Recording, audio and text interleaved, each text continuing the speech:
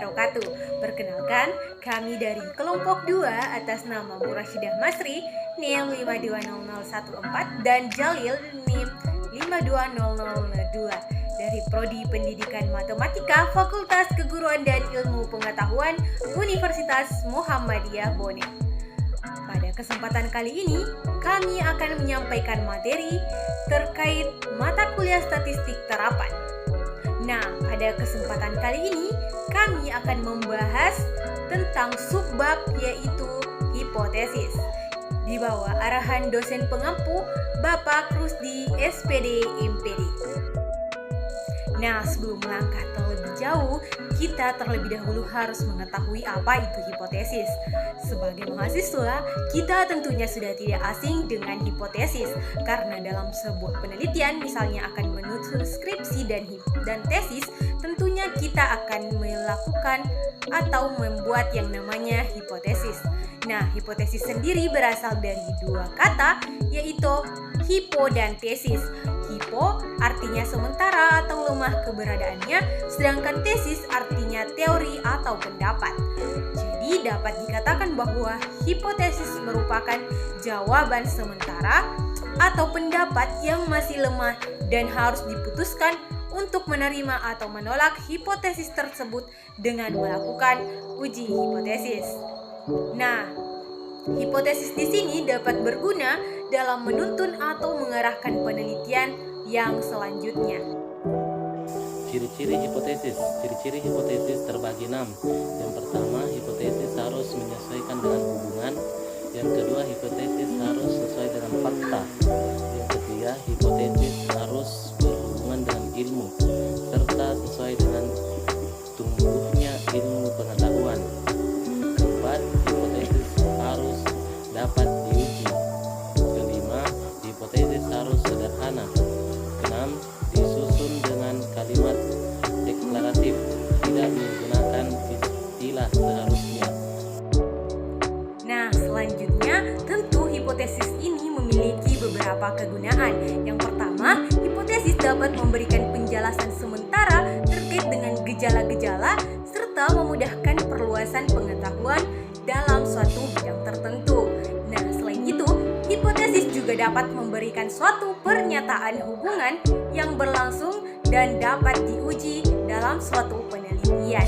Nah, selanjutnya, hipotesis juga dapat memberikan arah kepada penelitian, di mana hipotesis merupakan tujuan khusus. Dengan demikian, hipotesis juga dapat menentukan sifat-sifat data yang diperlukan guna menguji pernyataan-pernyataan tersebut. Nah, yang terakhir, hipotesis juga dapat memberikan kerangka untuk melaporkan kesimpulan dari penyelidikan yang akan dilakukan di lapangan. Pengertian hipotesis. Hipotesis penelitian adalah jawaban sementara terhadap pertanyaan-pertanyaan penelitian. Jadi, para peneliti akan membuat hipotesis dalam penelitiannya yang bertujuan untuk menjadikannya sebagai acuan dalam menentukan langkah selanjutnya agar dapat membuat kesimpulan-kesimpulan terhadap penelitian yang dilakukannya. Hipotesis penelitian data diperoleh dari populasi dan kesimpulan berlaku untuk populasi. Hipotesis statistik adalah hipotesis yang ada jika peneliti bekerja dengan sampel. Jika tidak menggunakan sampel, maka ia tidak ada. Hipotesis statistik yang diuji adalah hipotesis nol. Tidak ada perbedaan antara data sampel dan populasi.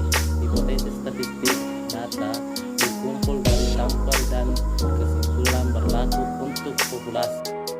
Nah, adapun langkah-langkah dalam pengujian hipotesis, yang pertama terlebih dahulu kita harus menentukan parameter yang akan diuji pada penelitian yang kita lakukan. Selanjutnya, kita harus menentukan hipotesis nol sekaligus menentukan hipotesis alternatif atau H1, di mana hipotesis harus dapat teruji dengan data yang akan dikumpulkan atau data yang sebelumnya sudah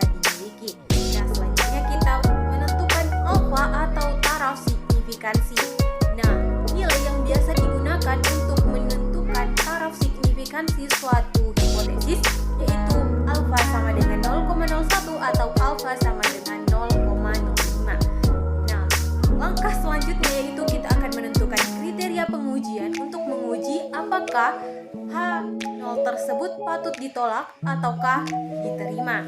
Nah, untuk membuktikannya selanjutnya kita akan melakukan hitung uji statistik, di mana untuk menghitung nilai uji statistik dapat digunakan beberapa cara, misalnya saja menggunakan uji sampel priority test, uji normalitas, uji homogenitas, dan uji yang lainnya. Nah, ini dilakukan untuk mengganti perubahan acak dalam statistika dengan nilai-nilai pengamatan yang telah diperoleh sebelumnya. Selanjutnya, yang terakhir setelah menemukan rumusan atau hasil, ditarik suatu kesimpulan, yaitu memutuskan apakah menerima H0 atau menolak H0. Jenis-jenis hipotesis ditinjau dari rumusnya. Hipotesis kerja. Hipotesis ini bisa menghabiskan adanya hubungan antara pengaruh antara dua variabel. Hipotesis kerja biasanya disingkat H1 atau HA.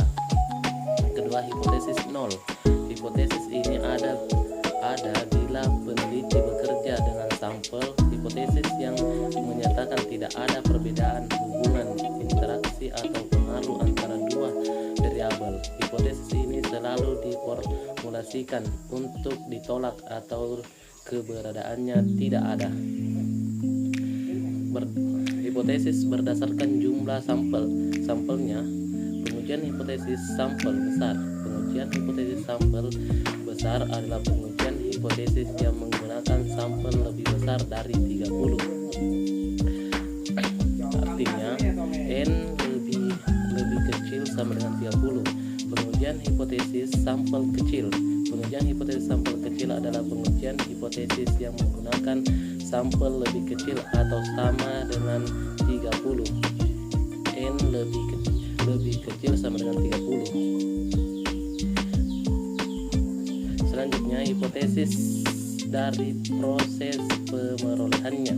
Hipotesis induktif, yaitu hipotesis yang dirumuskan berdasarkan pengamatan untuk menghasilkan teori baru pada penelitian kualitatif. Selanjutnya, hipotesis deduktif. Hipotesis deduktif merupakan hipotesis yang dirumuskan berdasarkan teori ilmiah yang telah ada pada penelitian kuantitatif. Selain itu, jenis-jenis hipotesis selanjutnya dibedakan dari tingkat eksplanasi yang akan diuji. Ada 3 yaitu hipotesis deskriptif, di mana hipotesis deskriptif yaitu jawaban sementara terhadap masalah deskriptif yang berhubungan dengan suatu variabel tunggal.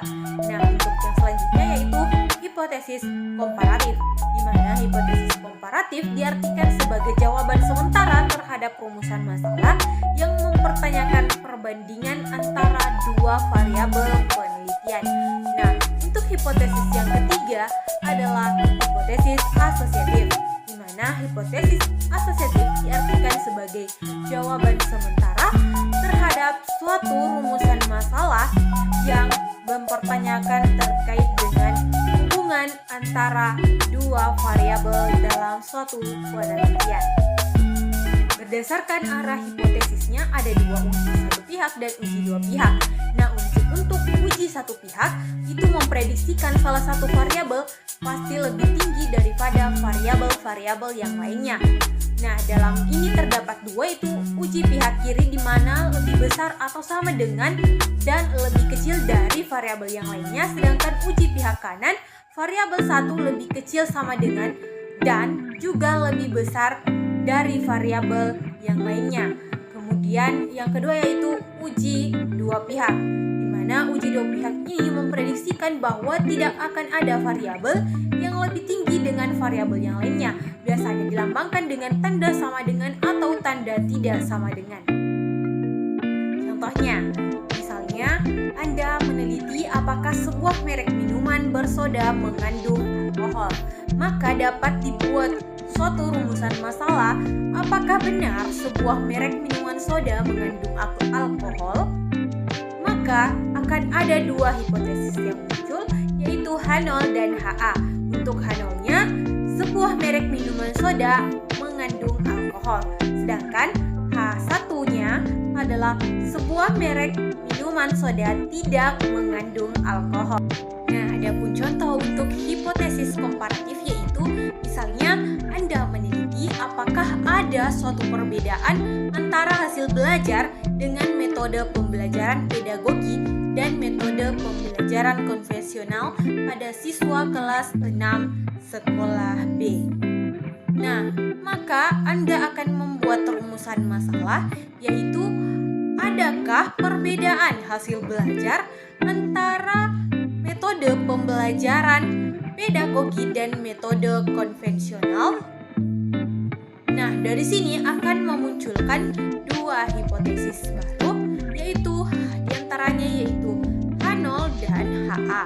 Untuk H0-nya sendiri, yaitu tidak ada perbedaan hasil belajar antara metode pembelajaran pedagogi dan juga metode pembelajaran konvensional pada siswa kelas 6 sekolah B. Nah, untuk H1-nya yaitu ada perbedaan hasil belajar antara metode pembelajaran pedagogi dan metode pembelajaran konvensional pada siswa kelas 6 sekolah B. Nah, untuk contoh yang ketiga itu contoh untuk asosiatif. Nah, di sini Anda memiliki apakah ada hubungan musim panen tembakau di desa A dengan jumlah penjualan toko B. Maka akan ada rumusan masalah yang muncul, yaitu adakah hubungan musim panen tembakau di desa A dengan jumlah penjualan toko B? Maka akan ada dua hipotesis yang muncul, yaitu H0 dan H1. Untuk H0-nya yaitu tidak ada hubungan musim panen tembakau di desa A dengan jumlah penjual toko B. Nah, untuk H1-nya yaitu ada hubungan musim panen tembakau di desa A dengan jumlah penjualan toko B. Kesimpulan dari video pembelajaran ini yaitu hipotesis merupakan pernyataan sementara yang masih lemah kebenarannya, maka perlu dilakukan untuk menguji kebenarannya. Biasanya hipotesis dikenal dengan jawaban sementara.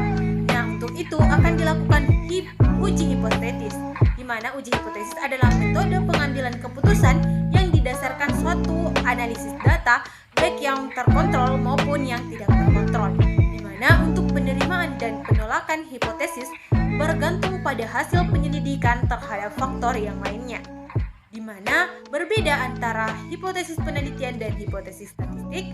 Untuk melakukan penelitian terlebih dahulu harus mengumpulkan hipotesis penelitian, kemudian akan dilanjutkan untuk membuat hipotesis statistik yang biasanya digunakan untuk menghitung pengujian tersebut untuk membuktikan bahwa hipotesis tersebut diterima atau ditolak. Mungkin cukup sekian dari presentasi kelompok kami. Lebih dan kurangnya mohon dimaafkan.